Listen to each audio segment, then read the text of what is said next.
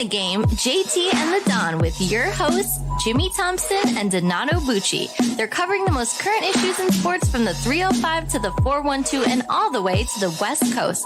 You can follow them on Twitter, Facebook, and Instagram at JT and the Don or email them at jtandthedon@gmail.com.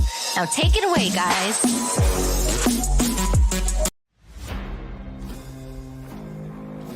Give them a shot to do what?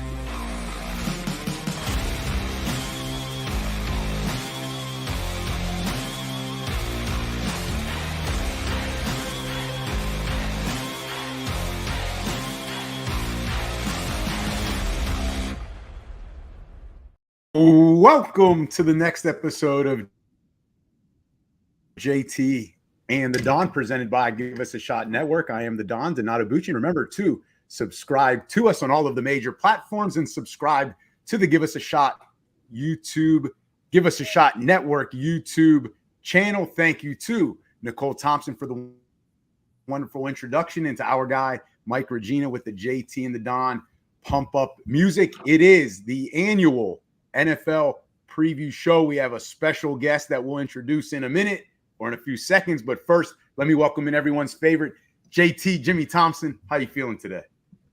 I'm concerned about you, man. You all right, man? You look a little rough over there, man. It's a rough week. You look stressed. You all right? Nah, stress. No, I'm good. I'm good.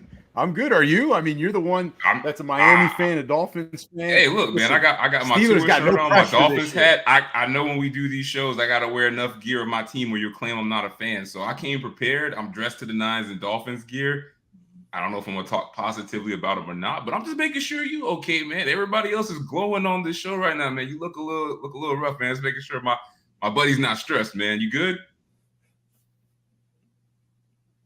Hey, put in a lot of work, put in long hours trying to make this show good, because you don't help much. So, but someone that will help the show this episode is our in-house resident NFL expert. He is former NFL player, and former University of Cincinnati Bearcat football player, Kendall Calhoun. King Ken, welcome back to the show.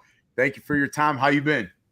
I've been pretty good, man. I love coming on here and talking to you guys a little bit about, football, hearing JT go through it with those Dolphins. But I'm excited to get into it later on this call, man. Yeah, we will see. So let's get right to it. Ken, I'm going to go to you first. All right. So listen, we can't talk football without the most important position in football, except the offensive line. All right. We know you're an offensive lineman, so we're going to give props to the offensive lineman. But let's start with the quarterback position. In your opinion, which quarterback is under the most pressure this year? Well, there's a lot of quarterbacks coming back from injury this year. But I honestly, from as far as a career standpoint, I have to say Dak, because he's looking to get paid next year. Cowboys have not been great in the playoffs historically. And it's like you're paying CD, you're paying all these other parts around it, but there's a common denominator. And Jerry's finally, I think, is starting to wise up and is, open to, exploring a future without, Dax wearing that, Dallas blue and gray. So I'll say Dak. My close second was Daniel Jones, coming back from that knee injury. And he didn't have the best showing in the preseason either. So those are my two, but I went ahead and I would say Dak probably overall, career. I like that with Dak. That's a great way to start the show. Great answer, Ken. JT, what do you think? You know what, man? You did this last year. You just don't like Dak Prescott. Dak Prescott always going to be under the most pressure by Ken until he wins the Super Bowl. But it's come on. You have all these receivers on your team. He only got one. He got one guy on his team. Resources. You've had come on now. Man, if he played for the Jaguars, nobody would care. He'd be a feel-good story. But it's because he plays for the Cowboys. Y'all expect him to be a dynasty. the Cowboys can gravitate on. They can pull almost any free agent quarterback. Like that's most, you know what I'm saying, kids, especially people that grow up in Texas, like they want to play for the Cowboys and stuff like this. So they have that type of influence, you know, like in the league itself. So for them to be stuck with a quarterback, they can't get past the first round of playoffs. That's kind of like unacceptable, like to an extent. But you know, that's kind of where I'm at with it. I'm like, it's time. It's time now. And first quarter shots at Dak, so you know what type of show it's going to be. It's, For me, I'm gonna take some shots too, man. And I told you I came prepared. I got the man's shirt on right here. Y'all can see my Tua shirt. I say it's got to be Tua, man. Tua got to be under the most pressure. And I'm gonna preface this by saying this. I told this to Don many times over the years. He's always asked me, you know, like, how do you feel about Tua? You don't like him. It's like, it's not that I don't like Tua. I just don't know what his ceiling is as a talented quarterback. I'm like, what the Dolphins are going to do is they're going to load him up with all these weapons, and he's going to do just good enough for them to think he might be the answer, and we'll never know if he's good enough to get us over that hump.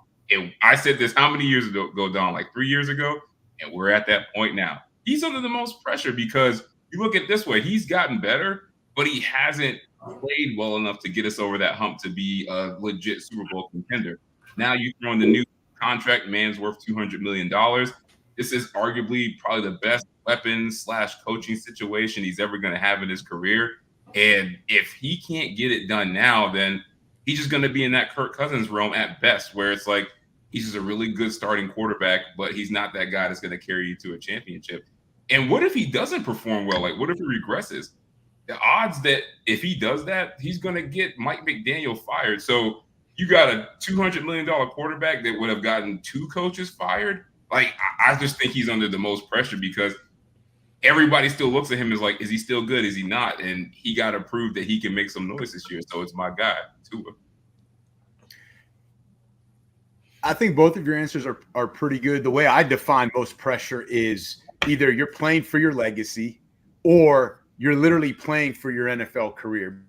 Because, yes, you both bring up good points, and there is definitely pressure on both of those guys. But, JT, if for him to really feel pressure, he'd have to be so atrocious that they would basically say, we got to bring someone else in next year in the first or second round as a QB, even though they just gave him this huge deal. What true pressure is there? And the same with Dak, Kendall. Like, no offense, Dak going to get paid one way or another. He don't need to have a spectacular year. He going to get $50 million on average next year from someone. If it isn't in Dallas, it's somewhere else. So I look at either legacy or you're fighting for your NFL career. I thought maybe you should have went Daniel Jones there, Kendall, but I want to lean Daniel Jones, but he's at least been paid the bag somewhat this couple years ago, which JT correctly said they shouldn't have done.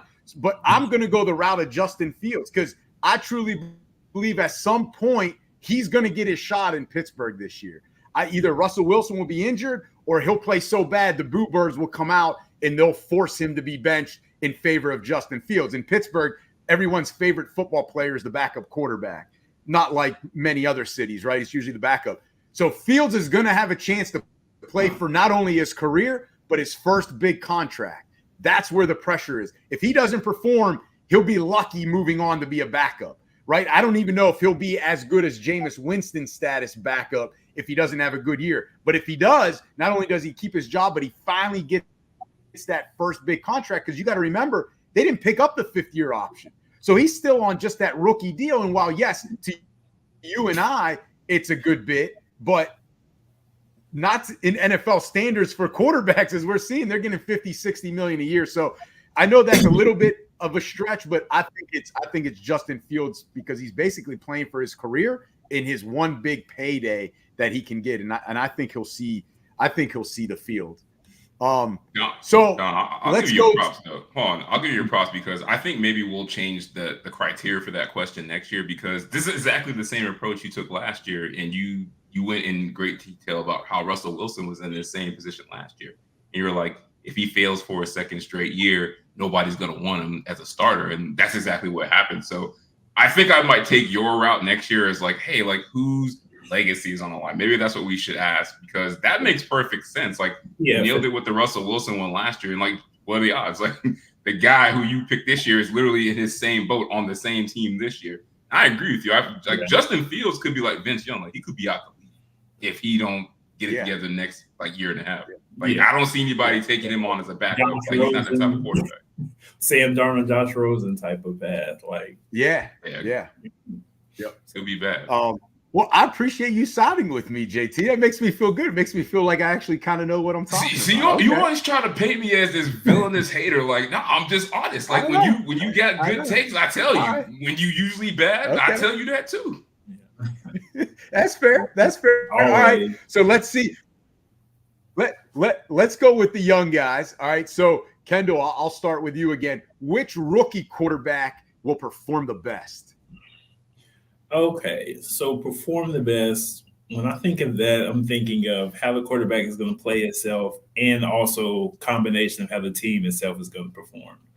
So I would have Caleb Williams because him alone is talented, but when he does I'll give him that little bit of an upside because he has those weapons they surrounded him with up in Chicago, Keenan Allen, DJ Moore, Duzier, Tyler Smith, those type of guys. I think it elevated his game. And also some of those younger O-linemen that the Bears drafted the last 2 years have gotten to get a little bit of games under their belts, and I think they're going to try to settle into their own a little bit. But, Caleb, he can make some things happen. So I would say just off of him, in his position, the weapons around him, I'm saying he should perform the best out of the rest of the rookie quarterbacks. Okay. I like it. JT. We all nailed this pick last year. We picked CJ Stroud, and we did. It seems like a trap issue. Okay, this pick seems so easy. I'm gonna make this pick with the caveat that I'm only picking this player if he is gonna start enough games to matter. But I'm not falling for this again, man. We fell for it when the media and critics were like, Drake May's no good. He's got issues. He's the quarterback that's gonna get you fired. When all along in college football, it's been him and Caleb Williams as 1 and 2, and it's like, why are we always do this? And then Drake May starts playing in the preseason, and we're like, we're reminded of exactly what we've seen him do at North Carolina.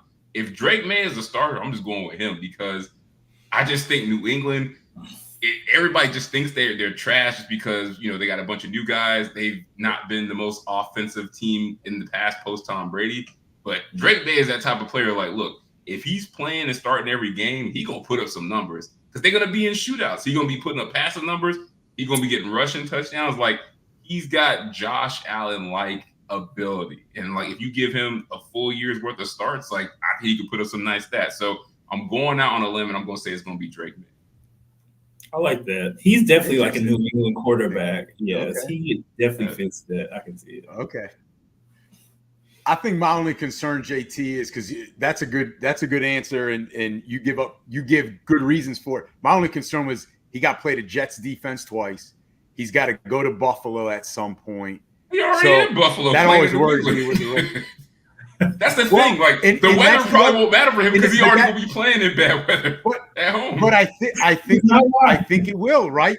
I think it will, though, because he's been in the ACC. He's never really had to go north, and he played in North.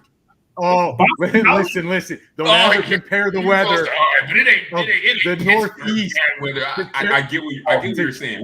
Like I said, the caveat is I gotta. There's a reason why, JT. There's a reason. There's a reason why you live in Orlando. You don't go because I'm from Florida. The Florida border because of the weather, right? So just stop. I live in Orlando because I'm from Florida. Exactly. I've lived in Florida my whole life. That's just the way things work. Listen, you know how much I like Jaden Daniels, and I want to say Jaden Daniels. I just don't trust that Washington offense and team right now. So I'm going to go with Kendall. I think this is an easy answer. It's Caleb Williams. I mean, just a little bit he did in the preseason games. He looks like potentially Patrick Mahomes 2.0. And he has – no, he doesn't. And he has the weapons. He has the weapons around him too. He looks more like Mahomes than Justin Fields, and he has the weapons. So I think this one's easy. It's Caleb Williams. I think so. All right. So last year we had to listen to Don go on a diatribe about how running backs are valuable, and if they want to get their money, they got to go through legislation to get paid. So we're actually going to talk about the guys that are getting paid this year. We're talking about receivers. So, I mean, of course, you can't miss the elephant in the room. CeeDee Lamb on Monday got paid a 4-year deal worth $136 million with $38 million signing bonus. That's due at signing, right? Now, you know how much I love that information, right? That's $38 million. I know you love that question. I want to know how much they getting paid when I sign the signature. As soon as that ink dries, he hitting that. That's what I want to know. Like, what's hitting my direct deposit today? So he got $38 million direct deposit. Unless there's some other sort of stipulation to it, like there's a payment plan on the $38 million. He's more than likely getting that up. Jerry Jones got the money. He got $38 million direct deposit and $100 million guaranteed. Jamar Chase and Brandon Ayuk, of course, are in contract battles right now. They're likely going to get deals done. They're up next. And there have been holdouts of various points of training camp with those guys. JJ got paid last year as well. So my question is the wide receiver value with all these contracts and, you know, future contracts on the horizon, is the value justified or is it a bit overvalued now at this point? Kendall. Okay. So I can say that the position is justified because this is a passing league. Okay. Like, it is a passing league. It has been for several years now.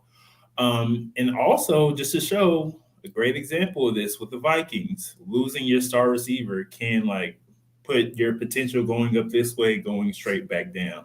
So, you know, the contracts may seem like crazy to pay these receivers this much, but like, you can never go wrong, you know, paying your star receiver. So I think it is justified. Yeah, Kendall, I think you're right. You brought up a good point. It's a passing league. So you gotta, if you want to be able to stretch the field vertically, you need guys like this. And to JT's point about Tua is that, listen, yes, I'm sure Mike McDaniel coming in greatly improved Tua. The offensive scheme fits him a little better. But let's be fair. It's nice when you have Tyreek Hill and Jalen Waddle, right? That's going to make any quarterback better. So I think it is justified. I also believe you don't need a superstar receiver like a Jamar Chase or Jefferson to win a Super Bowl, but 10 to 12 receivers max that are looking at these sort of deals. Yes, Christian Kirk's going to get his and everything, but I think it's justified because it's still a limited number of elite great receivers, and it can greatly improve and help a quarterback. And let's be fair, yes, Kansas City can win without Tyreek Hill, right? They won back-to-back, but they also won it with Tyreek Hill, and he made that offense dynamically different. So I think it's justified, but with the disclaimer that you can still win Super Bowls without these elite all-pro type of receivers. Sure. It just depends on how you want to build your team, but these guys are not over. Yeah, they're not overvalued. I think that's too strong of a word.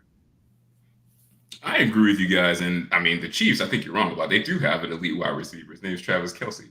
So two reasons why I think it's good is because you look at quarterbacks that don't have any good receivers. Like you talked about Daniel Jones. Like there's a reason he hasn't developed. Like he hasn't had anybody to throw to. Like not a legit wide receiver one. Like he might have one now, but just look at the teams that don't have a legit number one wide receiver other than the Chiefs.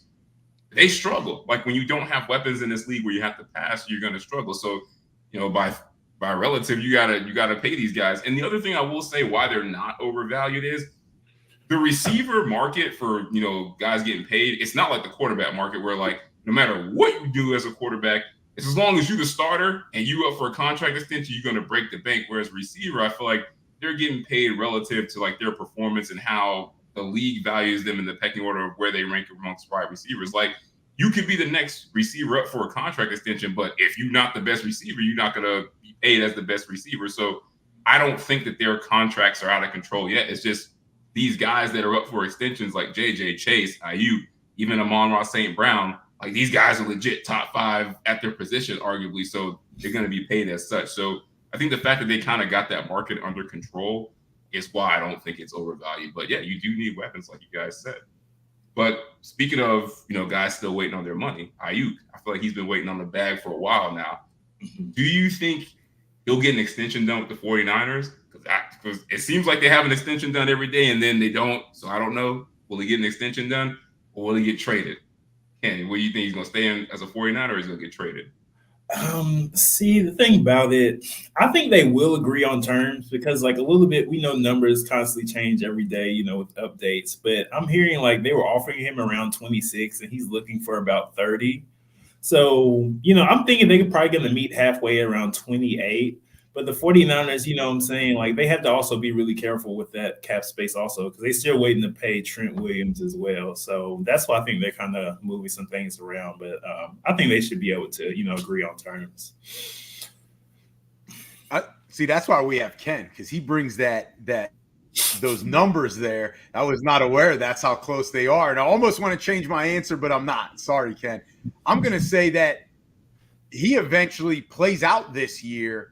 And then he essentially walks because, like Ken just said, they've got to pay other guys. Not only Trent Williams, but the major one is Brock Purdy's coming due. And there's also a reason why they drafted Ricky Pearsall. Was it the first round? I think it was the first round, right? So you drafted Ricky Pearsall and another receiver when you've got Debo and Ayuk. Something's adding up that tells me we're going to move on from Ayuk. And if they would have traded him, it would have already happened. I don't see how you can make a trade for that big of a name and player this late in the preseason because he's got to learn the book. He's got to build. Yeah, he's got to learn the playbook. He's got to build chemistry, and you want to give him that extension. So I think if it would have happened, it would have already happened with the Steelers. By the 49ers. So I think Ayuk's going to say, you know what? Let me play it out. I think he's a gamer. I think he's going to play it out and say, let me walk. If we can't get this extension, don't franchise tag me. And I don't see why they would because that's going to be an expensive tag for them. Like Ken said, how do they afford Trent then? How do they afford Brock? And there's no guarantee that Ayuk would play next year under that tag. And on top of that, you still have to save that cap room with the franchise tag, even though the tag is not signed. So I think at this point, it's just Ayuk's going to play it out, become a free agent.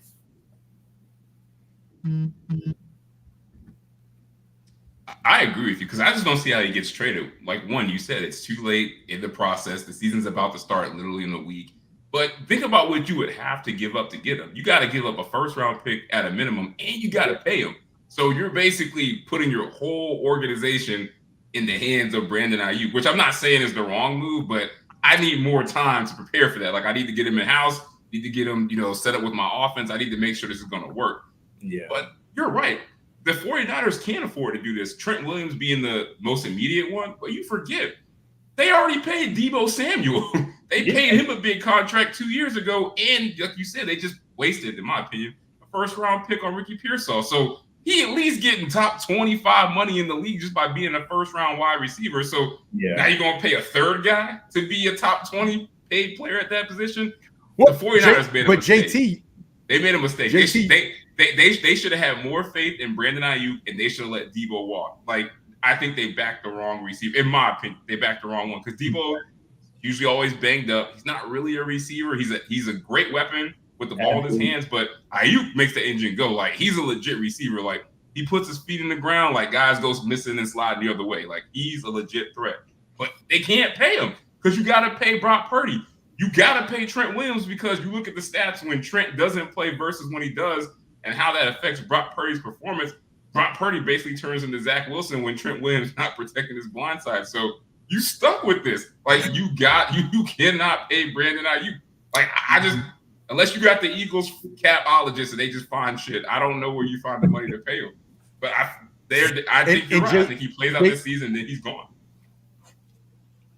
And you mentioned guys getting paid. McCaffrey, I think last offseason, got that big extension, right? So, like, there's more money that's thrown to basically the top running back in the top market of the running back, meaning his contract. So there's a lot there. I don't know how they get Ayuk in there and keep the they team. Still got to pay Bosa too, right? Yeah, Bosa, Kittle, all of them. Yeah, they have stars. These boys gonna want raises. Like, you ball out, you want a raise. Yep. All right. Well, so let's play the check down game. Ken, just a reminder, we'll ask a question and we'll provide multiple answers to it. And then we'll select the answer that we think best applies, best fits the question. All right. So pretty easy. Even JT can play this game. So Ken, more pressure, CeeDee Lamb, Jamar Chase, or Justin Jefferson? Okay, I'm gonna play the game of elimination. So CD's already gotten paid. So he's not under like a ton of pressure right now. He's been performing pretty well these last few years. With reception, he's leading the league in receptions last year as well. And Jefferson, I would say it would be Justin Jefferson, but he was performing on such a high level before his injury. I don't think he's going to have so much fall off. And it was just like a hamstring, it wasn't like, say a knee or anything like that. So I'd have to put Jamar Chase because he did come back, last year he did have those good numbers and things like that, but he didn't have Burrow. So I would say there's a ton of pressure on just the Bengals as a whole, but like in particular, Jamar and Joey. So I'm going to go with Jamar Chase for pressure-wise. And he's looking to get paid. So, yeah. I like it. JT? I was so close to picking Chase because I think we get caught up in, damn, as a rookie, he had this elite amazing season. And he hasn't been bad. I don't want to say that by any means. Like, he's still Jamar Chase, but for sure. He just hasn't given us that type of season. Like, we already saw it, and then he took it back, and we haven't seen it yet. And that's not saying he can't get to it again. Like, obviously, like Ken said, there's been things stopping that. He's been injured. Burrow's been injured. I'm going to say it's Justin Jefferson because I think he just has more on his plate. Like, CD, he got paid, but he still got Dak. Like, as long as he got number 4 back there, he's going to be good. His number's going to be good. As long as Chase got Burrow, he's going to be good. Higgins probably going to be gone too, so he's probably even going to have more opportunities to put up big numbers.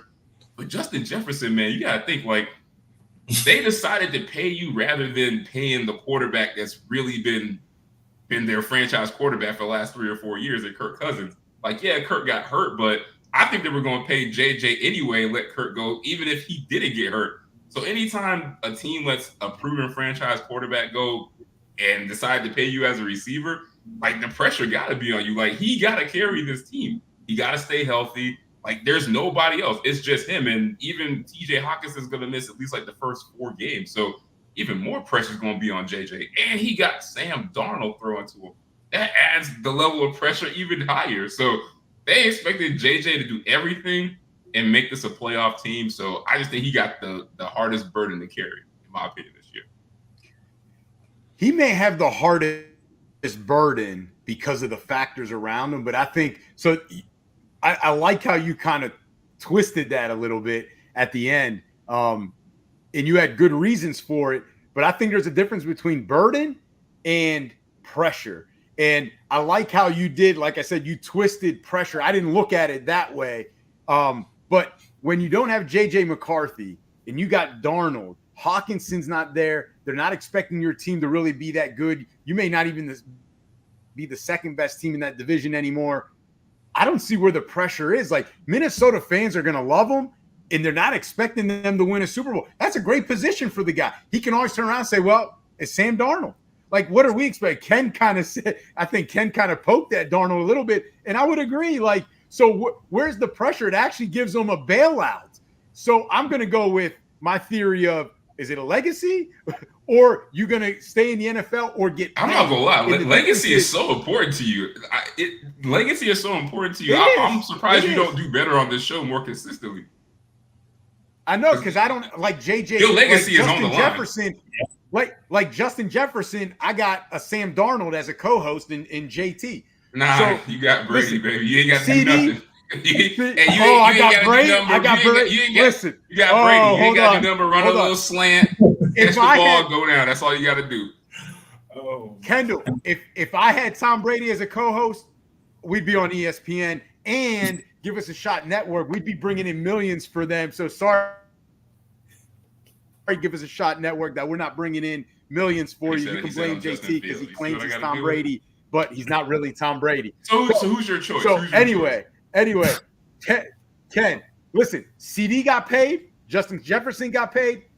Oh, Jamar didn't get paid. And guess what? He's in the situation where he's going into his 5th year, so they still don't need to give him the extension. And are they debating on, let's see how this plays out. Maybe we want to pay T and let you go on the club option, and then we'll figure it out later with you, Jamar. Because if you can't stay healthy or T outplays you, maybe we keep T with Burrow. We can get him a little bit more of a hometown discount compared to you. And if Jamar, like you said, Jamar had that great rookie year, but he hasn't shown it. If he has another, kind of mediocre season for himself, that'll be kind of 4 years in a row where he hasn't sparkled. Who's really willing to take $30 million on him, $28 million on him if Ayuk's in the market, right? I think Ayuk's been way more consistent. So I think it is very important.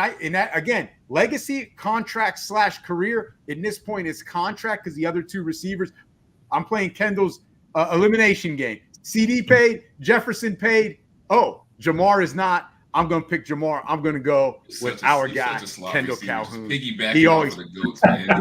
You're doing your own original stuff. CB and Jetta all right. Competition. No competition on their team in that receiver spot. So they're definitely the guy on their team. That's right. Jamar, you got pressure. T. Higgins. All right. More pressure. The 49ers or the Ravens? I'm gonna go to JT first real quick on this because he's kind of like both of these teams in his past. So I want to see who he thinks has the most pressure. Oh, this is easy. It's the 49ers. You've been to 2 Super Bowls in the last 4 years, and Kyle Shanahan has still not lived down that Super Bowl meltdown with the Falcons as the OC. So, like, the window, it's got to be damn near closed, and we see it starting to fall apart. Like, you can't pay all the guys. They're getting older. They all got some sort of injury history. McCaffrey's hurt now. Trent's older. Debo's always hurt. George Kittle's always hurt. Like, Dre Greenlaw went down in the Super Bowl, so he's probably not going to play this year at the level we used to seeing him play. So all that stuff sets in. You got to pay the quarterback at some point, which means these talented guys are going to go away. So 49ers got to be under more pressure because their window is literally about to close, and it might not open again for another decade. So the Ravens will be fine. Like, we know who they are. Like, the 49ers, they have Super Bowl aspirations, and they've been there. They've not gotten it done. So it's them. Mm-hmm. Yep. Kendall, you agree? Honestly, this was really close for me, but I would have to say the 49ers as well, because you're right. They kind of reminded me of, like the Golden State Warriors, when they were, they were winning some, but like they, what I'm saying, their team got older. So they weren't winning like the Warriors. Let me not say that, but they had that type of star-studded team, when they have all these guys, they have the tools. Some people might say it might be Brock Purdy. They need a new quarterback. But I'm like, you have, Chris McCaffrey, Kittle, Debo, Trent, all on one team. You guys can't win the Super Bowl. Like, that has to be they need to improve on that, because that's just like how you get so close, just so many times and just, not cross that finish line. So I'm going with that 49ers for sure.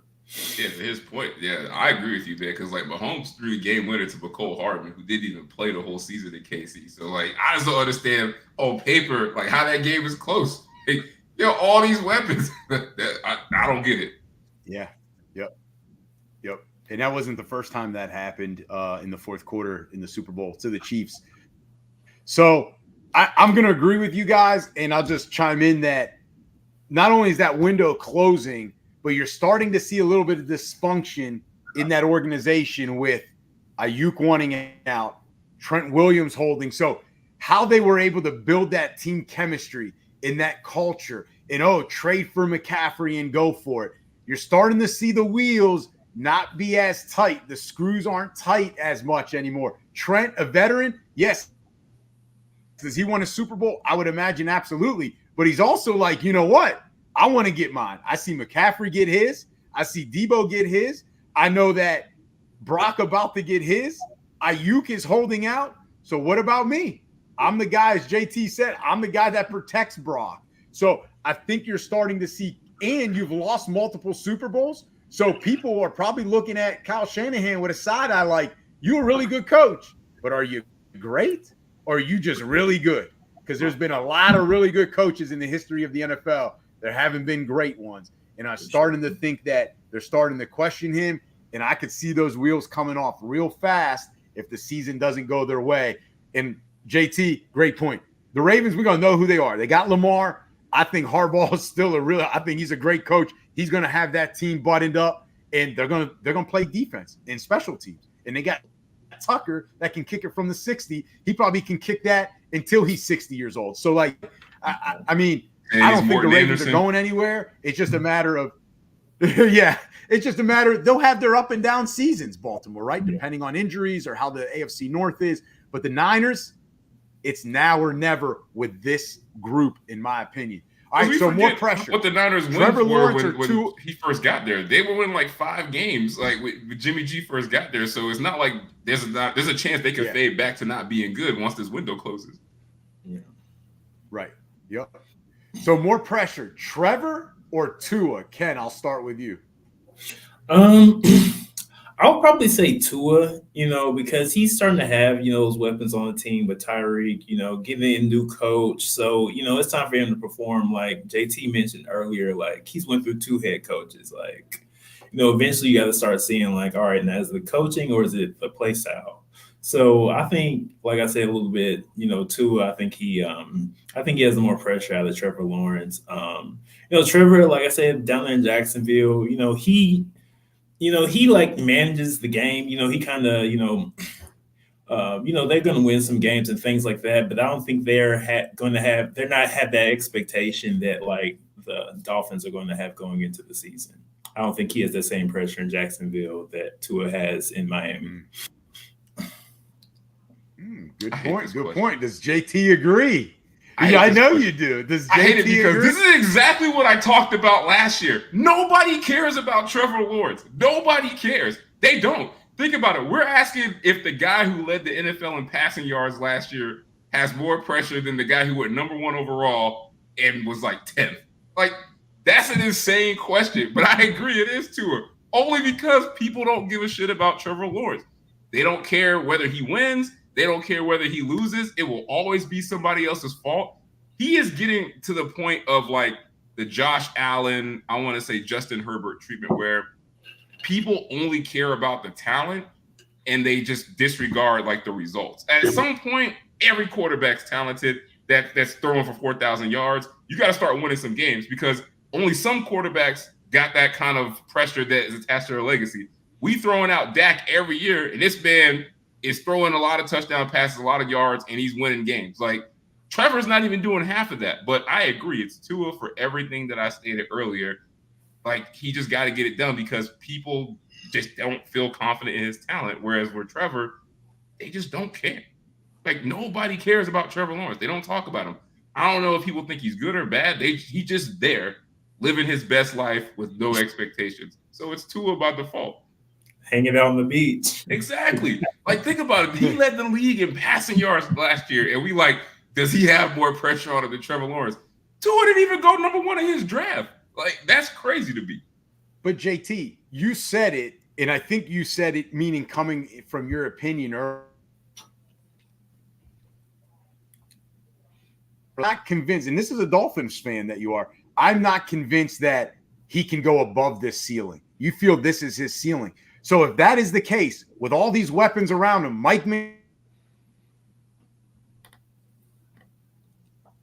of course the pressure is on Tua more than Trevor. I get what you're saying. For exactly what you said. I just want to push back. I want to push back on the ceiling comment. But that's not fair. That's not fair because I didn't think Tua had a high ceiling to begin with. He came into the league before he got to our team. Trevor Lawrence, I thought he was going to be the next I understand, but JT, he was supposed to be the generational can't miss prospect. Yeah. So I expect more from Trevor Lawrence. He's supposed to save jobs and families and build communities. He was supposed to be the GOAT, and he's not. I don't give a damn how many first-round picks you try to sell him for. He's not the GOAT. But we also forget that Trevor is only like 24. If you were to sell, making all these excuses for him. Hold on. If you were to say the same thing about Jared Goff, he would not be in Detroit. Detroit would not have been the NFC title game. We could have thrown him to the garbage and said, you know what? They flamed Jared Goff. They ran him up out of town. Okay, and that's my point. My point is, you do that with Trevor, he can be even better than Goff. And all I'm saying is, or not, it doesn't matter this year. It matters in multiple years down the road. For Tua, it may matter this year because Tyreek isn't getting any younger, right? And who knows, if you don't win enough games, McDaniel might be out the door and you might get a defensive coordinator, head coach. Brian Flores will come right back and be like, all your failures led you right back to me. I get it. I get it. I get it. But be real. You're proving my point. The only reason we're picking Tua is because nobody cares about Trevor, and they're not giving him realistic expectations based on what we expected of him coming into the league. You just can't breeze past that. People were waiting on Trevor Lawrence for years. But let's be fair, JT. No, let's be fair. There's certain teams. Yeah, there's certain teams. Jacksonville, Arizona, Tennessee. People don't care about them except those cities. People don't care a damn about us either. Nobody don't care about the Dolphins. Let's move on. Let's move on. More likely to come back down to earth, the Lions or the Texans? Ken. Okay, so coming back down to earth, I think both of these teams will do well this year, but I have to say the Lions because the Texans, I think, are that much better team than the two. So I have a feeling like they're going to perform better because Texans, they have the high-power offense.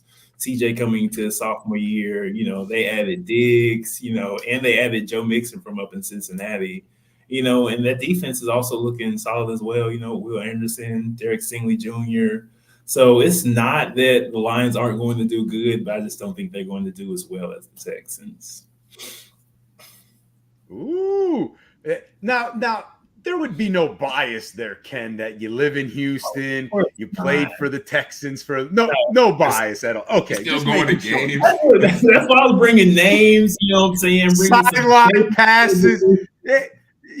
Sideline passes for Kendall, but he's not biased towards the Texans front office. Ain't gonna see this, so you're not gonna be in trouble if you don't think it's gonna be them. Okay, Mike. All right, JT, you agree with him? No, I agree with him because both these teams are talented on offense, and they both got great coaching. It's the Lions because, one, their defense ain't that great, and they might have played one of the easiest schedules against bad defenses last year when you look back at it. And it comes down to this. I just trust C.J. Stroud more than I trust Jared Goff. And the Lions will go as far as Jared Goff takes them, and so will the Texans. And I see where C.J. Stroud is going, and that shit might be to the moon. Jared Goff, he not going to get you there. So I got to go with the Lions coming back down to earth just because their schedule is just naturally going to be a little bit harder. I don't think everything's going to break their way this year. And it's the Lions. We've seen them do this before. We know who they are. So I'm picking them. I'm going to disagree with you guys. And I think the reason being that everyone at some point, some of the great players, I wouldn't say great players, but at some point, some of these really good rookies, one of them has a sophomore slump. And I like C.J. Stroud. I've told JT I thought he was the best quarterback coming out in that draft. I think there's a lot of hype around them, and they're young receivers, quarterback, even the head coach. And I love D'Amico Ryans. I think, and even Bobby Slowick, right? Young guy. When there's all that hype and there's no veteran leadership, there's going to be a rocky ship at some point. Can they all come together? Or is it going to be that they start pointing fingers a little bit and there's no leader in that clubhouse? I think CJ will get there at some point, but that's tough for a second-year guy. I mean, you look at any of those teams, right? Tom Brady didn't make the playoffs that year after winning the Super Bowl. And there's other cases like that throughout. So I'm going to go with the Texans because I think their division is getting better as well. And I'm going to say they come down to earth. And I think that Detroit's got Goff, Amon-Ra St. Brown, and they were at the door of the NFC title game. In Houston, they still have a wide gap. Don't forget that AFC is still loaded. Aaron Rodgers coming back. Steelers should be a little bit better. The Bengals, Burrow's coming back. Who knows what the Chargers do? Like Denver will even be better naturally. So like that is a really tough conference. And I'm not sure they play in the Houston same can division live as up to Trevor what Lawrence. They did last they year. will be fine. It's the hype. It's the hype. All right, keep saying that. Keep saying that. You're gonna regret that. You watch. All right, hey, I'm the one that called the Jags breaking out, and they have done nothing since. Eagles or Bengals? Exactly. Houston's gonna do the same thing. Bengals or Eagles? Bigger bounce back. Kendall. Okay, bigger bounce back. Man, this is a loaded question because both of these teams, it does depend on the quarterback who's going to show up. So I would say Bengals because if you get a healthy Joe Burrow, I think he can make some things move. Like, because there was a time when Joe Burrow was considered better than Patrick Mahomes. I know that's like up to discussion, but there was a time where those two were pretty neck to neck. Before he had that. And we're looking for that 2022. We're looking back to that 2022 Joe Burrow. I'm still taking if he's coming up, Mahomes twice on Sunday. Hey, so that's what I'm gonna go with. That's your own personal preference. All right. Okay. All right. The Bengals. All right. JT, you agree with that? Nah, I think this is not even close. It's the Eagles, man, because what you just said, it depends on the health of the quarterback. It's Joe Burrow. He always hurt. Every year I feel like this man's hurt. Jalen Hurts got hurt last year for the first time I can ever remember, and he still played all the games. But the biggest difference between these two teams is this. The Eagles had two bad coordinators on both sides of the ball calling plays, and they got rid of those guys. And now you bring in Vic Fangio on defense and Kellen Moore on offense, and a healthy Jalen Hurts. That Eagles team going to be night and day from last year, especially if Jalen Hurts stays healthy. And you forget this team was just in the Super Bowl 2 years ago. We were like, oh, shoot, they about to be the next team to dethrone the NFC and, maybe get Patrick Mahomes. And they were close to doing it. And then they got hurt the next year with Jalen Hurts. So I think the Eagles is the easier bounce back team just because they still got all that talent there. They just got better talent on the sidelines this year. And I think that's what they needed.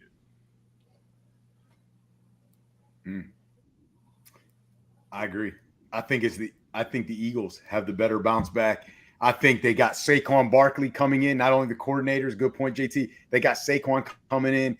And I think there's a little bit, maybe the opposite of what's going on in San Francisco. There's a little bit in that building of we all playing for our jobs. If we don't, the coach is out. And who knows what they'll do to us as players. Jalen Hurts, hey, go ask a lot of those great quarterbacks that they never had an offensive mind like a Nick Sirianni. Even though I know he took a lot of heat as a head coach last year, he still knows offense.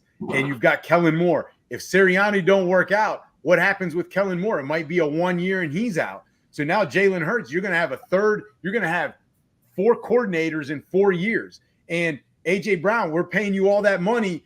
You've got to step up and really be the leader on this team. So I think there's a sense in that building that, okay, we need to win the Super Bowl. But even if we don't, we got to show we can get back to that level that we were, 2-3 years ago when they did make the Super Bowl. So that's why I'm going to say the Eagles.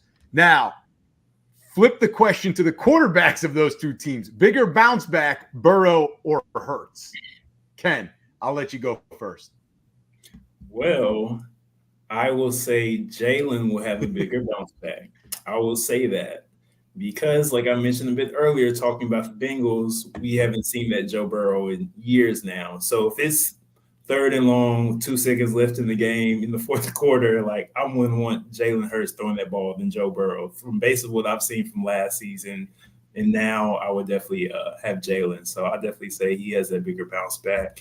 He knows what it's like to get to that Super Bowl and win those games. So I think he's going to fit in pretty well. And he has Saquon as well. You know what I'm saying? He has a veteran running back, back there with him to help him out. And the Bengals just lost Joe Mixon, who's all-pro at the running back position as well. So I think Jalen has a supporting cast that can help him bounce back from last season. All right, JT, you agree? No, I got to disagree again, man. Let me move his picture over so he don't fight me. But only because Jalen Hurts don't have that much to bounce back from. Like, yeah, he had a down year by his standards, but he still played on all the games, and he was still pretty solid. Like, Joe Burrow was just not there. So, I mean, I think just naturally he's going to have the bigger bounce back if he's healthy, because you just mentioned Joe Mixon's not there, so they don't really got a running back. So he's going to be throwing the ball all over the yard. Like, he might lead the league in pass attempts this year, which is also a worry because that's probably how you're going to get hurt again. But, yeah, everybody in Cincinnati is playing for money. Like, all his weapons are playing for money. T. Higgins playing for money. Ja'Marr Chase playing for money. These running backs that nobody knows are playing for money. Coach probably playing for his job too. I mean, that Super Bowl appearances worn off his record a little bit. So I think it's Joe Burrow just because he got so much more to make up. Whereas Jalen Hurts, he just didn't do as well as he did the year before. But I don't think the jump is going to be that much of, uptick in stats for him. He just might be a little bit better because he's healthy. But yeah, it's Joe Burrow. Well, I think it is Burrow. So ironically, JT and I both picked the Eagles, but we go with the quarterback of the other team and Joe Burrow of the Bengals to have the bigger bounce back. But I think it is Burrow because also I don't think Jalen Hurts is going to have to do as much to win games. You bring in Saquon, you've got the coordinator now, you've got a new defensive coordinator, you still got A.J. Brown, you got Devontae Smith. So, and they traded for Jahan Dotson. Like, I knew you were going to find a way to sneak Jahan Dotson into this show. I knew you were going to try to find a way to sneak Jahan Dotson. He ain't got nothing to do with any of the shit we're talking about. Here you go. They just traded for him, third receiver, puts him over the top. About no Jahan so Dotson. I think that he's going to have to do less. So it's going to make Burrow look like he's doing more. I think one, Burrow will stay more healthy this year. And two, I think he will have the bigger bounce back, but also it doesn't correlate to them having success though, because they're still in both, where the Eagles have the bigger bounce back as a team, but Burrow as a player has a bigger bounce back, but it just doesn't correlate to the team's success because I don't think they're ready. They've lost pieces, like you said, Mixon and T. Higgins, who knows how he'll be feeling playing on a franchise tag. So I'm gonna go Joe Burrow. And last one of the check down game, more likely to disappoint. I'm gonna start with JT here. Josh Allen or Justin Herbert? I ain't gonna lie, this is tough because they're both in the same position. Like, they're kind of. Josh Allen's kind of getting a new coaching staff because Brady only coached halfway through the year. But the big thing that's in common with them is the lack of weapons they had compared to past years. Like, you lost Diggs and Herbert lost everybody. I think it's going to be Josh Allen just because Justin Herbert has shown me, even in non-ideal situations, he's not really a big turnover machine. Where Josh Allen, where he had weapons, good coaching, and they were front running, he still was turning the ball over. So, like, how do I expect him to play now that there's like no Diggs and no superstar on this team, no running game that we can rely on that's not him, to where like the turnovers won't be more, or more of an issue? And I'm not even convinced Joe Brady's a good play caller for Josh Allen, So that's another thing I got to see. Like, at least Justin Herbert has, Jim Harbaugh, who Jim Harbaugh is at least going to do something to the best thing to win the game, where it's like, we already talking about Sean McDermott, how, they think he's not a good coach. Now you don't have good coordinators, lose all these weapons, and you got a guy that's already a turnover machine that we haven't seen since Mark Sanchez and Josh Allen. So I think he's probably going to be the one to be more disappointing. Okay. Kendall? I'm going to have to agree with JT. I'm going to go with Josh Allen, not only because of, his turnover history, but also he has a higher expectation, than Justin Herbert does. Like, those folks up in Buffalo, like, they love Josh Allen, like, he is their guy. So, what I'm saying? Like, they're always going to have him, like, they're going to always have him that conversation as one of the best quarterbacks, but he's just like, he hasn't shown that, I think the race was kind of close, when he first came in with Joe Burrow and those types of guys. But, that distance is kind of, grown a little bit these last few years. But, I say just from like his ball security and like the expectation, Josh definitely, if he doesn't, like I said, make a deep run in the playoffs, it'll be considered a disappointment. So I'm gonna agree with both of you. It's Josh Allen, but I look at it a little bit different. You would never say anything bad about Justin Herbert. It's his guy.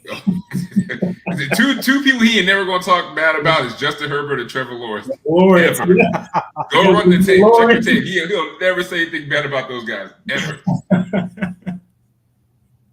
Allen, I still think he's going to do Josh Allen type things. He's going to play really well. He's going to run the ball, throw the ball. He's going to be the reason why they win games. He's going to put them in positions to win games.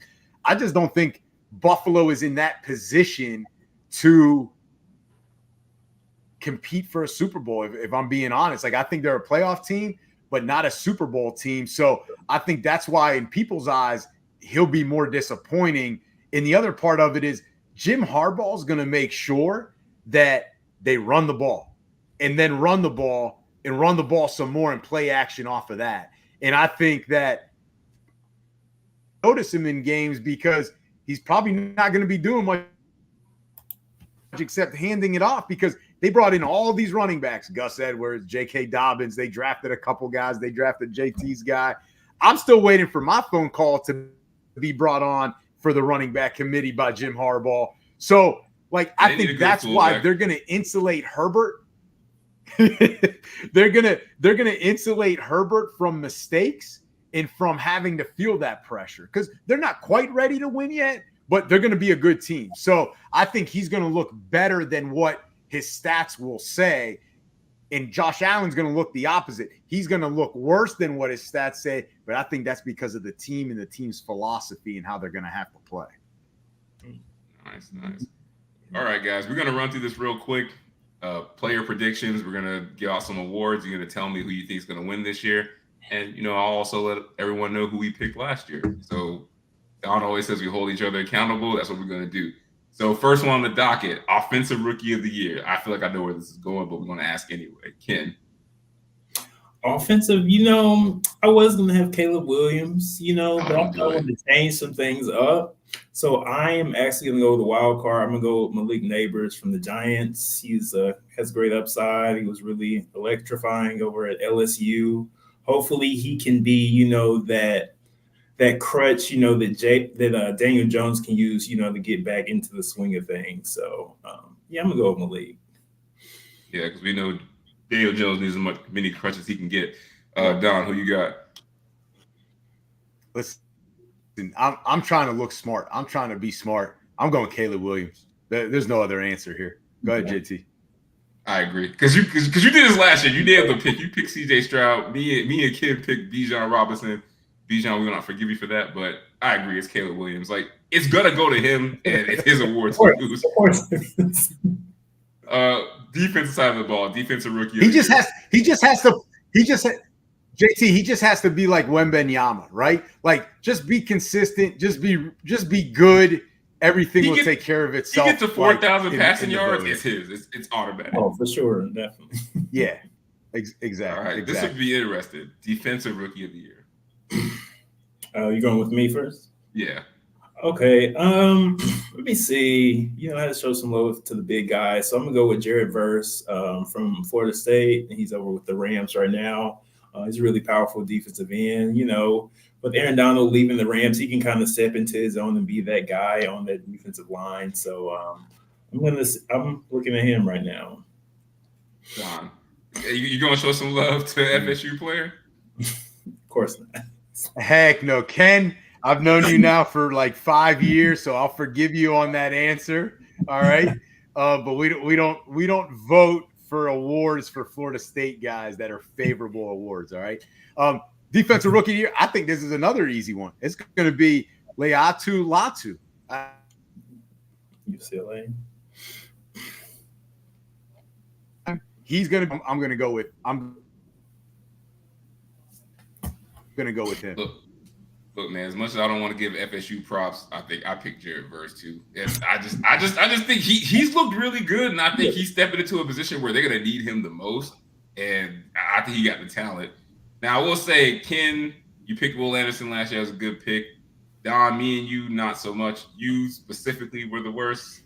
Christian Gonzalez, I think he played all 3 games for the Patriots. and I picked Jack Campbell. Hold on, process to be right, fair, but, though. But, Wait. Go ahead, make some Trevor Lawrence. To be fair, how Christian Gonzalez was a good pick. Belichick during the preseason first 3 games, and I always look at it this way: if you get injured, that's not really a bad pick. If you get injured, yeah, whatever. Like, come on. All right, so we're gonna add a new one this year: a sophomore player that will break out, or a sophomore player breakout player to watch. Don, since you know everything, let's go to you first. Listen, you're the one that said it. I didn't. But I'm going to go with this guy because I think he only can go anywhere else but up. Like, that's the only place he can go, I should say. The only place he can go is up. I think it's Bryce Young. Okay. All right. There's nothing else to say. I think it's Bryce Young. Hey, Ken, you agree? Is it Bryce Young or is it somebody else? You know something crazy? I agree. This Bryce Young as well. I was like, he's got past his first year. Those little rookie hiccups and things like that. So I'm looking really to see him earn. That performance we used to see at Alabama. That first number 1 overall pick performance. Like, it's going to be time for him to show it. And I think he has that pressure, not just on himself. From the fans and everyone else. So I think Bryce is. It's going to be time for him to show. So I think he's going to step up to the plate. Yeah, I think Bryce is going to be a popular pick. Ken, I like it. I'm going to go a different route, man. I'm picking a guy that I think can break into the top 10 players overall on his side of the ball if things break right. And he showed flashes last year, and I'll admit it, man. I was wrong when they made this draft pick. I was all over it. I'll come around. I'm chasing course. Devin Witherspoon for the Seahawks, man. They said he reminds us of Troy Polamalu. I was like, nah, get out of here. But he's that type of guy. Like, he's getting interceptions, he's getting sacks as a corner / safety. Like, he's making plays. He had that pick 6 on primetime. I think it was Monday Night Football. I think it was against the Giants. Speaking of Daniel Jones, like, I just think that he could do so many things on the defensive side of the ball where I think he could break into like the top 10 defenders in the league if he continues to improve based on what I saw as a rookie. And then the guy I wanted to pick is Recievers. I just think being Mahomes' number 1 wide receiver, I mean, that's only good. You can only go up from there. But I think Witherspoon is my guy that I'm picking for the sophomore breakout. All right, so player that's going to be the biggest breakout overall. So even if it's not a sophomore, if it is a sophomore, just player that's going to break out overall the most in the NFL this year. Ken, I'm going to go to you first. I'm going to go with Jordan Love from Green Bay. I think he's going to have a solid year, especially like some of the things he did in the playoffs last year. I think they're just going to build up from there. And I think he's going to have a good showing this year. So. All right. You agree with that? It's going to be That's Love. A great pick. Listen, that's just a great pick. I'm going to go off the white type of vibes where we don't know much about him, but he's going to get carries and he's going to have a good year. I think it's inevitable that he has a good year, kind of like Rachaad White. So when you're talking about biggest breakout, like, that's really the way I look at it, because Jordan Love, I think that's a great answer, but he's that last year, that was really, to me, like his breakout. So when we're talking about breakout, we're talking about a guy that, has just kind of been meddling in the league, not a big overall pick, or didn't get a lot of playing time, and now it's his show. And that's the way I look at a guy like Zamir White. Hey, JT always says this in basketball and other things. Someone got to get the rushing yards with the Raiders. Yo, I'm going to trademark this. You got to stop using my material, man. Damn. Because when I said that, you hated it. You was like, that's one of the worst analogies I've ever heard. Now you use it once a month. You got to stop doing this. I see where you're going. I don't 100% agree with the criteria. To me, I'm looking at someone that I think can break into the top 10, like, on their side of the ball. Like, that's how I'm looking at, like, the biggest overall breakout. So Jordan Love would fit. Yeah, Jordan Love would fit that for you. He could, but I see what you're talking about. Like, he kind of broke out last year, but maybe Kendall's talking about he could take like another step where we're talking about like MVP. He'll be in that conversation, with Lamar, you know what I'm saying, with Patrick, with those types of guys, with Dak. He's trying to get in that conversation. Yeah, that would be making a pick, saying it with your chest, man, because that's a big jump. I want to go with a guy that I'm shocked that he does not get more national love, and somehow he's flying under the radar. And I'm going to give love to the defensive side of the ball again. And I think he's going to have the biggest overall breakout because I think this year people are going to finally start paying attention to him. I don't know how it's hard to miss someone that's had 21 sacks over their first 2 years. I think it's Aiden Hutchinson for the Lions. I was like, he had 11 and a half sacks last year on a team that went to the NFC Championship game, and I hear nobody ever talking about him. It's like, it's just all the offense, and he don't even play on the team. So I think this is the year where you start talking about, like, who are the best edge rushers in the league? He's going to be up there. Who is the guys that are getting Defensive Player of the Year votes? It's going to be him, all pros, stuff like that. And it's just his natural progression of what we've already seen. So I think he's going to have the overall breakout just because I think people are going to give him love. It almost sounds like you're talking out of both sides of your mouth, though, because if you're saying the Lions are going to come back down to earth, but Hutchinson's going to have this breakout. The Steelers suck, but I still think TJ Watt to win Defensive Player of the Year last year. But they didn't suck. That's my whole point. You're saying they're going to come back down to earth. I mean, that means the Steelers made the playoffs last year when no one thought they would. So how can you say the Steelers suck, but TJ Watt was great? My thing is, you're picking a guy at a position that does impact the game. He truly does. As Peyton Manning would say, he's a game wrecker. And if you have a game wrecker on your team, you're going to – and he has that good of a year, you're going to win games because that offense is so good too. So that's why he's not at the TJ Watt level, but I think he can maybe get there this year. So maybe that will prove what I said wrong. But I'm just picking him because I just can't believe more people want to talk about him. All right. So you're hedging your bet. Smart Whatever guy, you want to call it. I said what I said. All right. Comeback Player of the Year. I feel like this is going to be pretty easy. Don, we'll go to you first.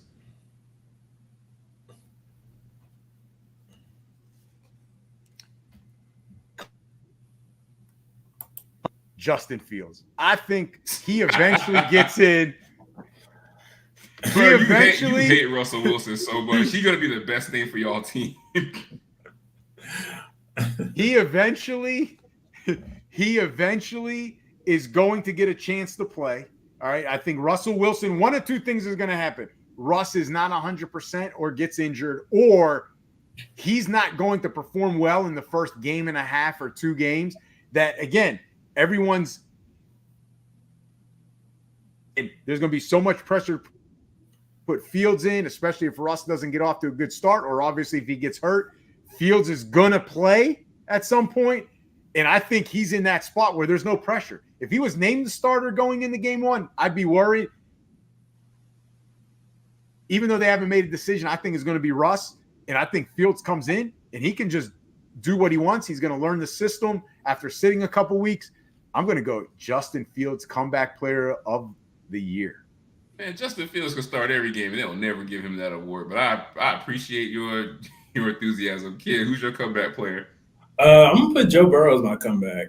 So, you know what I'm saying, him coming back from that injury and things like that.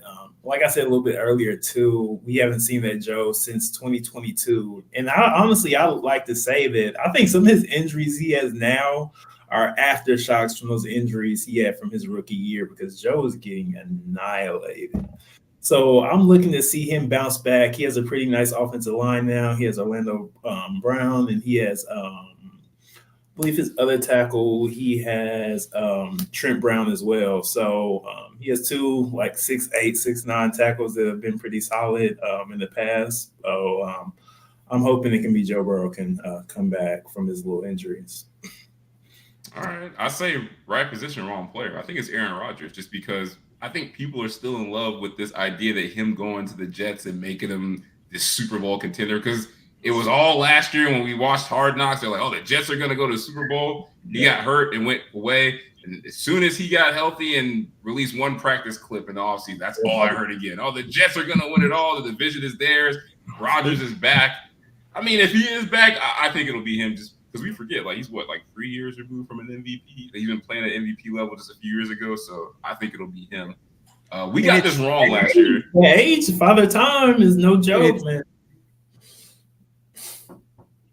Yeah, but it's also easy because he didn't play at all and was hurt. So him coming back good, somewhat of the old Rodgers, they'll probably give it to him just because of that. Yeah, we got this wrong last year. We got this right last year. The NFL got it wrong last year because we didn't even vote on this award because we thought they'd do the right thing and give it to DeMar Hamlin, but they gave it to Joe Flacco, I believe. So that's why we not making easy choices this year. We had to think about it this year. That was a good comeback from Joe, though. That was a good comeback. Unbelievable. He didn't even play all the games. I mean, it was, but listen, Ken, I agree. It was a good comeback, but come on. I mean, it's DeMar Hamlin. Come on. But, I mean, that was a no-brainer for the NFL. All right, it's time to get real right now, guys. These are the ones that matter. Coach of the year. Kendall, who you got? I'm going to go with DeMarco and the Texans. Hey. Ryan's, I like it. Don was hyping this man up for years, so you better pick him. Hey. DeMeco's a great coach, but I feel like DeMeco gave Kendall not only sideline passes, but the locker room access in that preseason game. That's what I think. What do you think, JT? No. He might got merchandise on the way right now. That might be a signed CJ Stroud jersey on the way. He hooked them up right now. All they got to do is walking across the street. DeMeco hooked them up. Walking across the street. Yep, that's right. All right, he in the parking lot. I'll meet you in the parking lot. I'm gonna go Jim Harbaugh. I think his season coming back, I think Chargers can only go up, and him providing them extra wins, he's gonna look good. It's not that they're gonna be like great in the regular season, like they're not gonna go like 14-3 or anything like that, but he's gonna improve them so much that people are gonna notice it's a different team, and it's because of Jim Harbaugh. Yeah, it's not that hard to do after following with Brandon Staley. I'm gonna run it back this year because Don, last year me and you butchered this pick, and looking back, we should have never made this pick. I know. We both picked Arthur Smith. Now, Kendall, I will say you didn't get the pick right, but the process you made for why the person should win it actually made sense, and it actually ended up happening. So you picked Andy Reid, and your reasoning was if he can get the Chiefs back to another Super Bowl, he should win it. So that's exactly what happened. The NFL just got it wrong. So we can't blame you for that. I'm going back to the well again. I'm going to choose Raheem Morris just because I think the Falcons are actually going to do it this year. They're actually going to win. I think they can win 10 games. I think they'll win that division. And after what we've seen in the last 3 years, I think it's easy to give Raheem that award if Atlanta does that. So I'm going with him.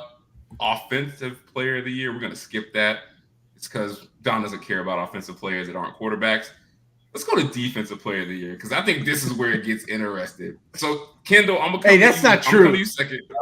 Listen, I give love to the O lineman. All right, and Kendall knows that. He knows how much I appreciate the O lineman. We ain't got time for all that backtracking. So, defensive player of the year because I think this is actually interesting. Don, you gonna pick your guy or you gonna go with somebody else? Absolutely. Absolutely. TJ Watt until he can't anymore. TJ Watt. You agree with him, Ken? I have nothing else to say. Look up the stat. Look up the sack numbers. It's TJ Watt. I dare you to pick somebody else, Kendall. I dare you to pick somebody else. You probably gonna feel betrayed, but I was gonna say Nick Bosa. I would say that because on that defensive line, he's over there in the 49ers. He fits really well into that system. But you're right. As far as production goes, TJ is that guy. So I definitely, I love your choice as well. But, yeah, I think it's going to be one of those D linemen this year. I'm mad because I picked TJ Watt last year. I went so far as to say he'll break the sack record, and I think he should have got it last year over Myles Garrett. But I think they're going to give it to Myles Garrett again, man. They love him, and I think he can actually have a better season this year than he did last year. So I think Myles Garrett going to run it back again. He's my pick for Defensive Player of the Year. Now, Ken, we love you on this show, and you usually don't miss, but this was a miss last year. You remember who you picked for this award last year? I do not. I'll give you a clue. The answer is right behind you. Oh, that's a Sauce? Yep. Hey, man, you're right, because y'all talking about that sophomore slump. I believe Donato might have said that it was going to be that Sauce was going to have this slump. I didn't want to believe it, but yeah. It's all right. Broken clock is right twice a day, so that's what Don does. All right. I was right more than two times last year. Now that sorry, your your feed's breaking up. We can't hear you. Saying. All right, big boy award, Yeah, MVP. Ken, who I you know. got? Go ahead. Okay, now similar to that Coach of the Year award that I talked about a little bit last year, if Patrick Mahomes, they don't even have to go to the Super Bowl. If he gets them to the championship, like the conference championship, he should be the MVP. Like he should. Okay, now like 3 years running, like that's insane. Like I'd say it has to be. If Patrick can get them that deep, I'm not going to say they're going to win this year because that would be a crazy tall task, but them getting like a chance to potentially go to the Super Bowl, I'd have to give it to Patrick. All right, you picked them last year, so you doubling up again. All right, Don, who you got? Because our picks last year were terrible, so we had the same pick. So please, don't for the sake of this show, don't let us down. Who you going with this year?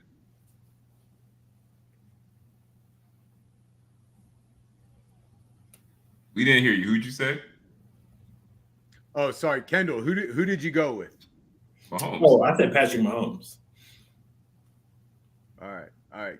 Because you, I feel like you didn't say it confidently, which worries me a little bit. But I'm going to go with Dak.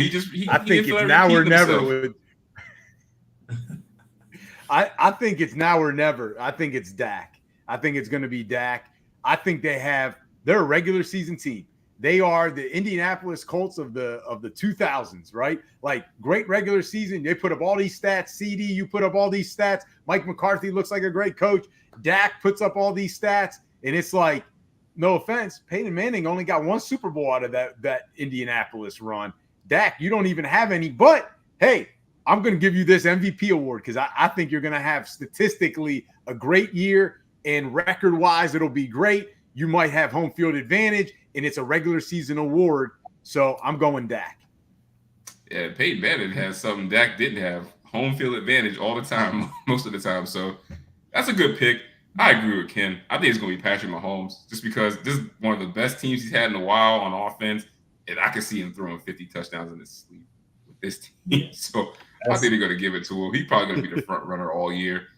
And I got to do better than our pick last year. We both picked Justin Herbert. I don't know what possessed us to do that, but yeah, I can't be that bad 2 years in a row. So I'm going with Mahomes.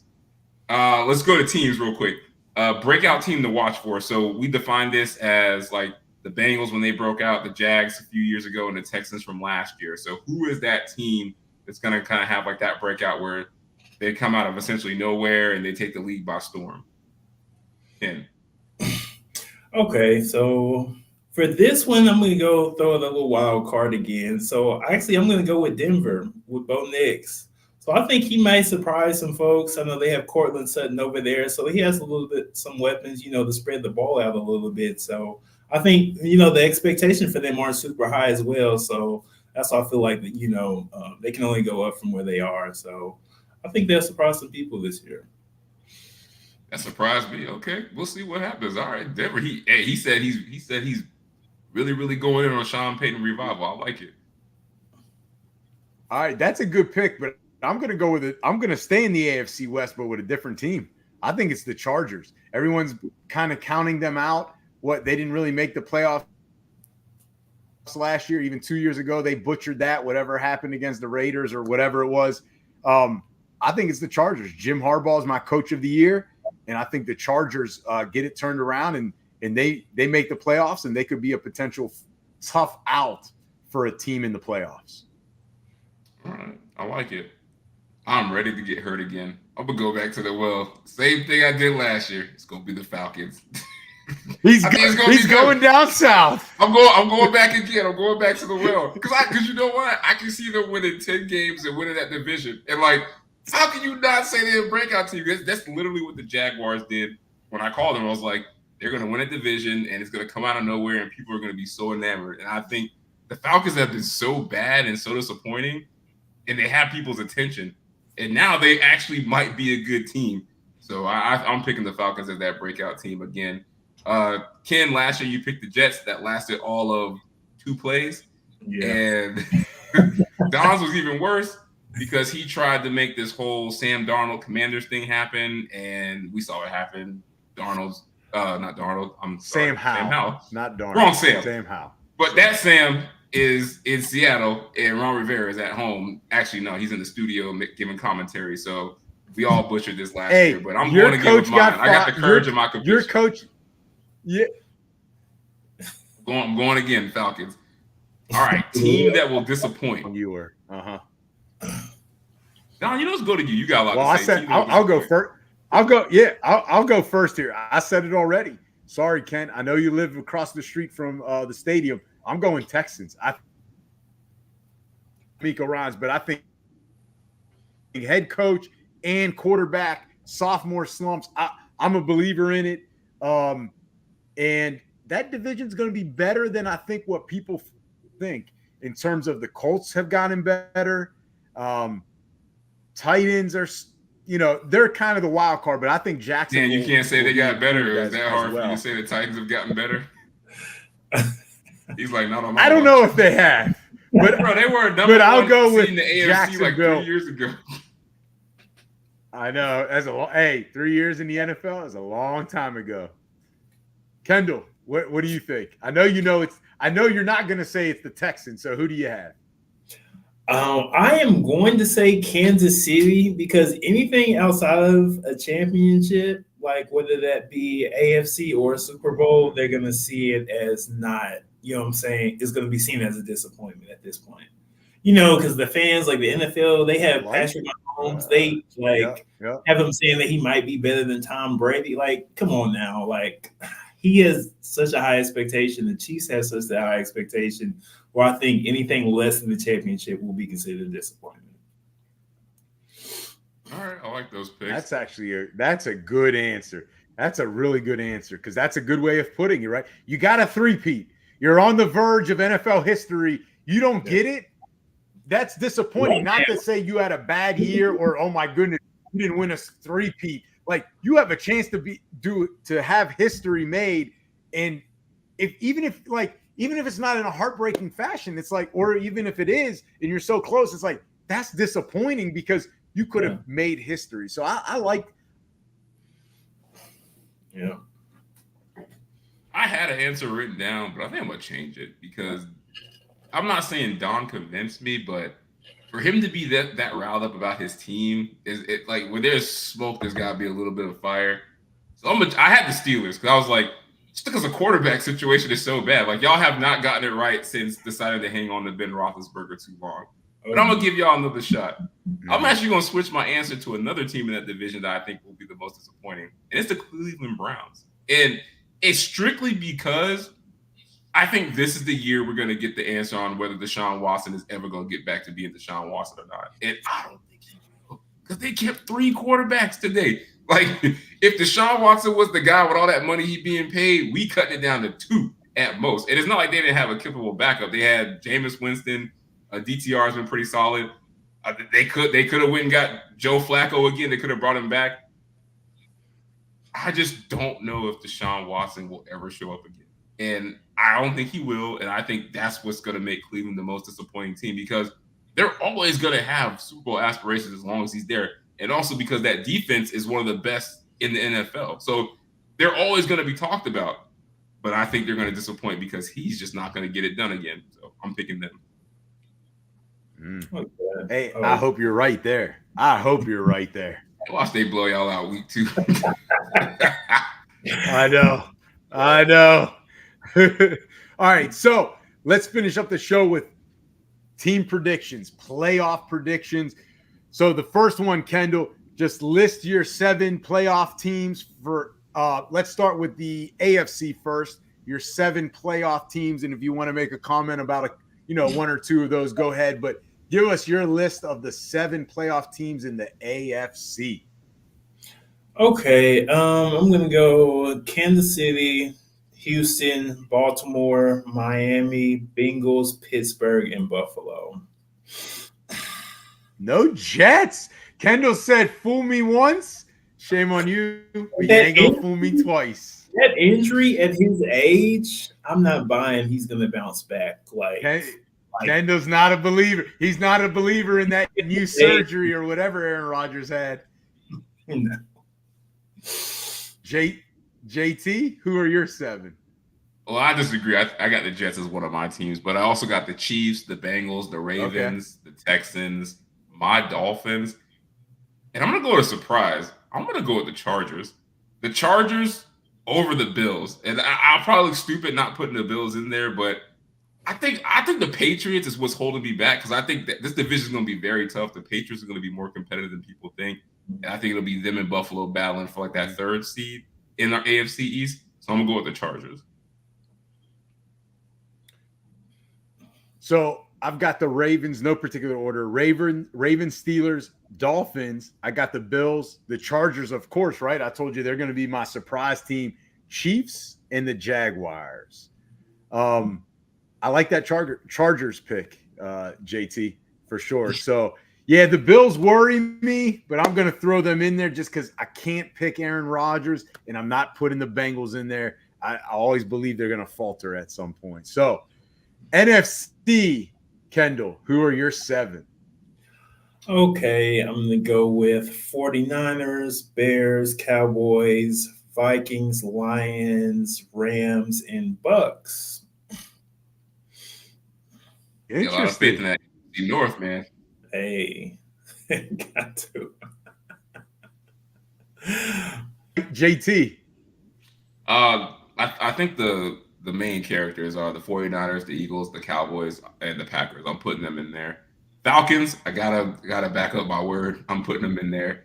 And then the 2 teams that are left that I think will surprise are the Seahawks and the Cardinals. Like I like their odds to make playoffs this year just because I think that division is going to be a shootout this year.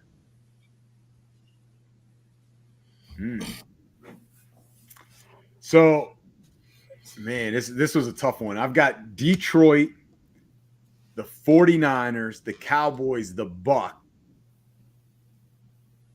like the Rams, and I'm trying to decide between Atlanta or the Eagles. Because go with the Eagles. Even though I think the Eagles go with the Eagles. You know, just so when the Falcons make it, I can talk shit to you. Go ahead. Take the Eagles. The fact that the Eagles weren't one of your top ones. I'll go Eagles. That's a safe bet, yeah. I'll go Eagles plus, you know, I did say they'll have a bigger bounce back. So I'll go Eagles. You can have your Falcons so you can gloat whenever they make the playoffs or not. All right. So I think we've got some wild cards in there, but we also have some of the consistent teams in there. All right, Ken, this is why we bring you on, buddy. Who's the Super Bowl matchup and the winner? Oh, man. Well, so pretty much I have Ravens and the 49ers. I say the 49ers because they still have the sour taste in their mouth.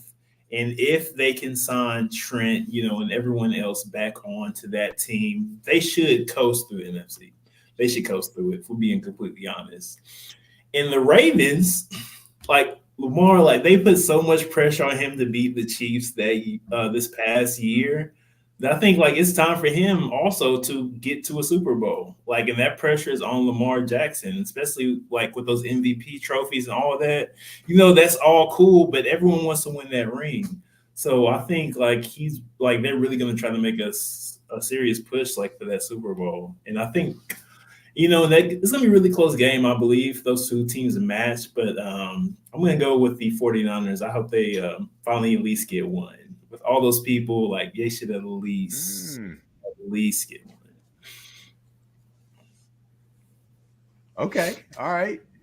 JT. I just can't pick the 49ers just because when you get this many opportunities and you fail, I just can't. Like the laws of nature won't allow them to go back. Like only the Buffalo Bills could do that type of stuff where you just keep going back year after year and losing. So I'm ready to get hurt again. I'm going to pick the Ravens. I picked them to go to the Super Bowl last year. I was almost there, and it just fell apart at the end. So I'm picking the Ravens, and I'm going with that team we've been talking about all show to have a bounce back, the Eagles. So Ravens versus the Eagles. And I think this is that Super Bowl where somebody's legacy is going to get enhanced. Yeah. I want to say it's Lamar, but I got to say, though, I think the Eagles go to win the Super Bowl. Jalen Hurts was so close. He was so close to winning that Super Bowl, and one mistake cost him that Super Bowl, and I think that shit still haunts him. And if he gets back, I think he's going to destroy the Ravens or whoever's there. Like, so I think the Eagles, if they get there, they're gonna win. So Ravens versus Eagles, and I got the Eagles winning it all. I was not expecting you to go Eagles there. You know, I had the Ravens initially, but we got to spice it up. So I'm going to change my AFC. The hell we do? If you know what? When they hate you that much to say something nice about Lamar Jackson, I know you don't care for him that much. No, you got to say my business, man. Whoa. Lamar, I say good things about Lamar. You know that. It's just I don't like talking good about the Ravens. We'll say one more nice thing for the fans that never heard it. I'm going to go. And I think the Lions win. I think the Chiefs three-peat is very difficult. They get back, but I'm going to go Lions over the Chiefs. We forget how close the Lions were to making the Super Bowl. If Dan Campbell doesn't make some of those fourth down decisions, they're in the Super Bowl. Yeah, they are and that was in San Francisco. So if JT says, hey, I don't think it's going to be San Francisco, then the next logical choice without going down the road of who has a bounce back or who comes out of nowhere. The Ravens didn't also go to San Fran and wipe them out on primetime TV last year. I'm not knocking you for the next. Ravens got us just as much opportunity to win based on beating the shit out of San Fran in San Fran. I understand. But get out of the AFC with the Chiefs. And I don't know if anyone can. They're going to make it happen. I got Detroit. Detroit. Right. You think they have the defense to make that? Hey, they've got the next superstar TJ Watt type player, Garrett Miles type player. They have the next biggest breakout you gonna be player. saying this all JT season. Said it. You act like guys can't have Aiden good Hutchinson, years on teams that don't win 23 and a half TJ sacks. Watt been doing it every year. Y'all win 8 games every year. He wins the defensive player of the year. Like you see this happen every year on your own team. Calm down, because TJ Watt doesn't have the offense that Aiden Hutchinson has. Okay, let's be fair. All right.